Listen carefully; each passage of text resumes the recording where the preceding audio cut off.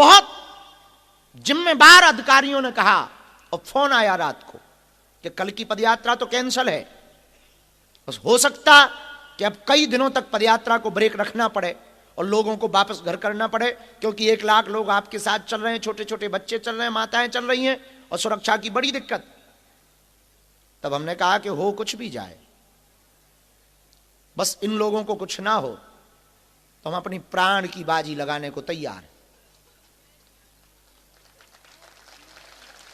तो एक अधिकारी ने हमें समझाया कि आप काहे को अपनी मुसीबत मोल ले रहे हो, आपने थोड़ा सा क्या हिलाया, उनको आतंकवाद की नीचता पर जाना पड़ा और अब आप टारगेट में आ गए हो, आपको चुप हो जाना चाहिए यहीं से, जान है तो जहान है।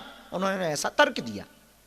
हमने उनको हंस के कहा, साहब बार बार मरना नहीं है, एक बार बचना नहीं। बम विस्फोट हो गया, एजेंसियों ने हाथ खड़े कर दिए। हमारी जहां पदयात्रा रुकी थी फरीदाबाद में, वहीं पर 3000 किलो आरडीएक्स पकड़ा गया, AK-47 राइफल पकड़ी गई और पिस्टल पकड़ी गई। और हमारी पदयात्राओं के कई पॉइंटों पे उनके कुछ लोगों ने किराए से मकान लेने की साजिशें की। लेकिन मेरे पागलों में एक बात तुमको बताना चाह रहे कि ये मौत के मुंह से निकल करके सबको भगवान लेकर आए, भगवान ने कृपा की, पर एक मात्र उद्देश्य है हमारा, तुम्हारी संपत्ति पर किसी का हक ना हो जाए, तुम्हारे देश पर किसी का हक ना हो जाए, तुम फिर से गुलाम ना बन जाओ, तुम्हारी बेटियां बुर्का में ना हो जाएं और तुम्हारे बेटा हलीउल्लाह वालों के चक्कर में ना पड़ जाएं। तुम्हारी आने वाली पीढ़ी सुरक्षित कैसे हो? हमें पता है हमारे जीते जी हिंदू राष्ट्र नहीं बनना,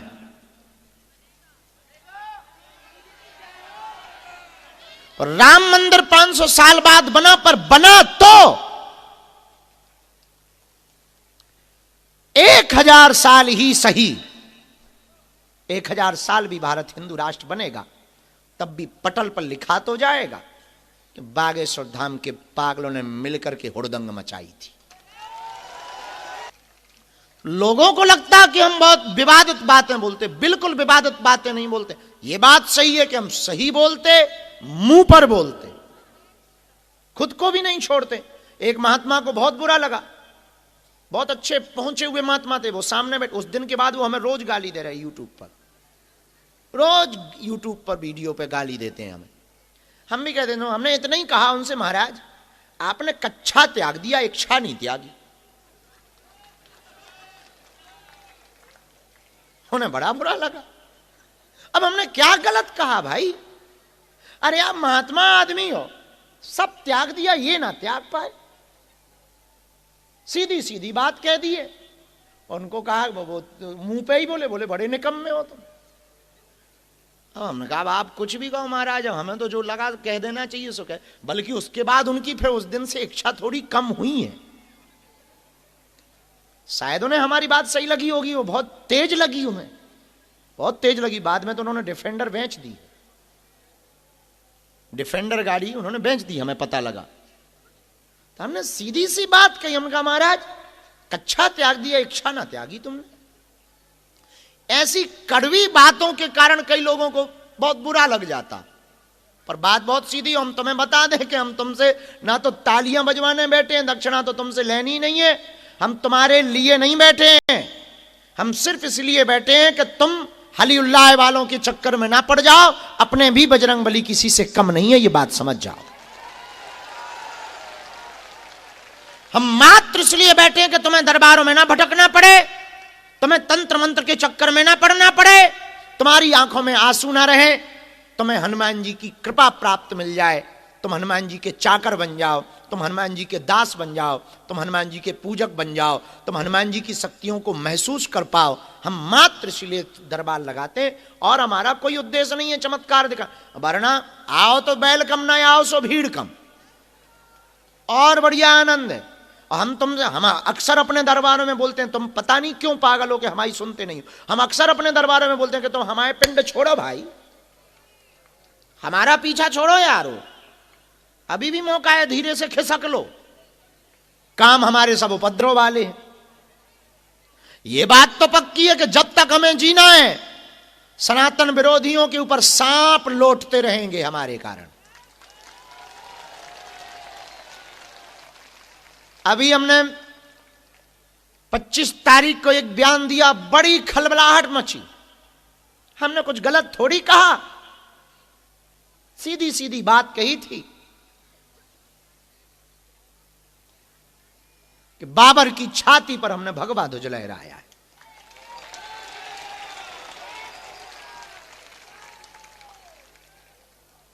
लोग कहते हैं कि आप बड़ी विवादित बातें बोलते हो। हम 1% भी विवादित नहीं बोलते हैं, बस थोड़ी सी बात कड़वी कह देते हैं, और सत्य कड़वा होता है।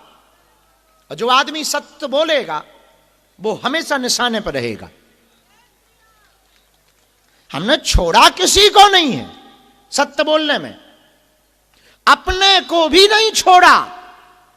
इसीलिए तुम हमारे प्रवचनों को सुनना, हमने कभी भी माया छोड़ने के प्रवचन नहीं सुनाए, और माया छोड़ने के प्रवचन हम सुनाते ही नहीं है, क्योंकि हम खुद माया लेकर प्रवचन करते।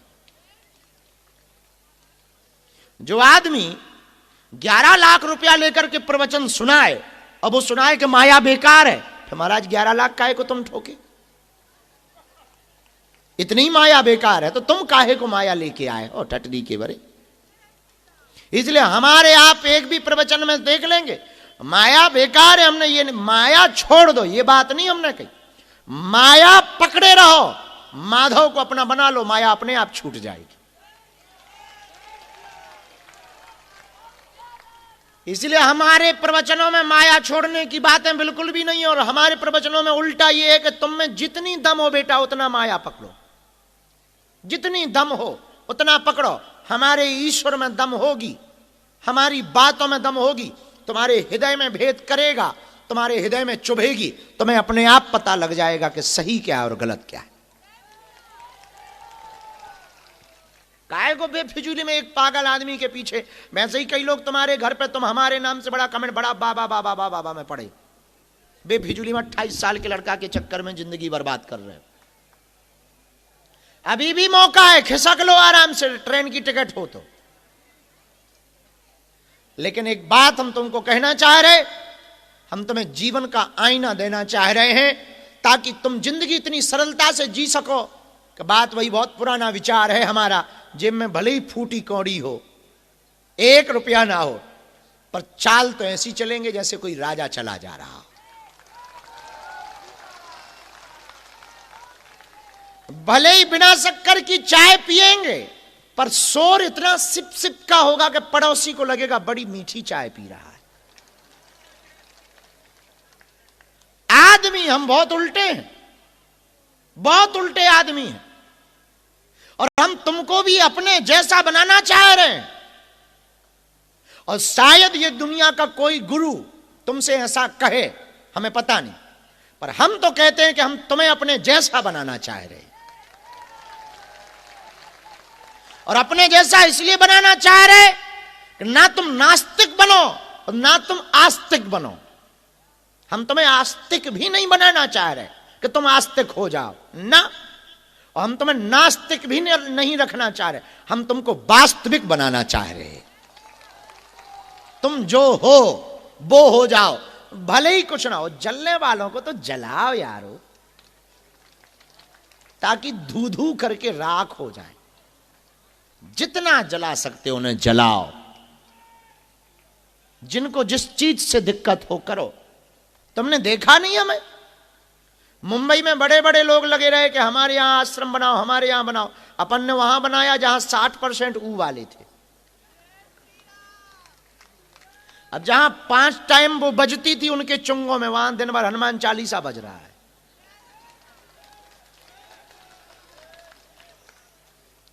तुमने देखा नहीं? 7 तारीख को अपन कलकत्ता जा रहे हैं। क्वांटिटी में हम भले ही ज्यादा ना जिए, पर क्वालिटी में तो बहुत बेहतर अपन जिंदगी जिएंगे। मतलब जिंदगी भले ही हमारी लंबी ना रहेगी, पर जितने दिन रहेगी पागलो, उतने दिन सनातन विरोधियों के लिए तो ऐसी रहेगी कि वो हमें काल की ही नजर से देखेंगे। और ये मात्र हम इसलिए कर रहे हैं, हम अपने लिए तो कुछ कर नहीं रहे, मात्र इसलिए कर रहे हैं कि तुम्हारी बेटियां लव जिहाद के चक्कर में ना पड़े, तुम्हारी आने वाली पीढ़ियां बच जाएं, तुम्हारा ये देश, तुम्हारा ये भारत गजवा ये हिंद नहीं भगवा ये हिंद हो जाए। और हम मात्र इसलिए कर रहे हैं, चाहे वो सनातन हिंदू एकता की पदयात्रा हो, सन्यासी बाबा का ये कृपामय स्वभाव। एक महात्मा बोला करते थे, सुबह सुबह सो के उठते थे, हम जमात में गए उनके साथ में, जमात होती है साधुओं की जो टोली होती है उसको जमात कहते हैं। तो जमात साधुओं के साथ जब हम गए तो एक बात अच्छी बोलते थे वो, सुबह सुबह जब सो के उठते थे तब कहते थे पड़े पड़े, रजाई में, ठंडियों के दिन तो रजाई में ही पड़े पड़े चिल्लाते थे। ना वो गिनकर देते हैं, ना वो तौल के देते हैं, हमारे सरकार जब भी देते हैं दिल खोल के देते हैं। आपको बात समझ आई है? तो आज की बात में हम आपको कहना चाह रहे हैं, आप ये अपने मन से संदेह निकालो कि आप पर भगवान की कृपा नहीं है। भगवान की ही कृपा है, तब तो भगवान के दर पर हो, वरना कहूं भूत भुतैया के चक्कर में फंसे हो। एक बात तो हम कह दें, ऐसी कहनी नहीं चाहिए, खैर तुम्हारी श्रद्धा को ठेस पहुंचेगी, तुम्हारे भरोसे को भी ठेस पहुंच सकती है, पर अब हमारे पेट में पच नहीं रही। ऐसा होता नहीं है, फिर भी हम कह दे रहे, बड़ी बात कह के। एक घड़ी आपका काम सफल ना भी हो, एक घड़ी मान लो, वो ना गणित में माना की, मान भी लो कि आपका काम सफल ना भी हो तो बुरा नहीं हो सकता है, अहित नहीं हो सकता है, ये तो पक्का है। हनुमान जी के जैसा सर्व सामर्थ्य देवता, हनुमान जी के जैसा सरल देवता इस पृथ्वी पर कोई दूसरा नहीं है।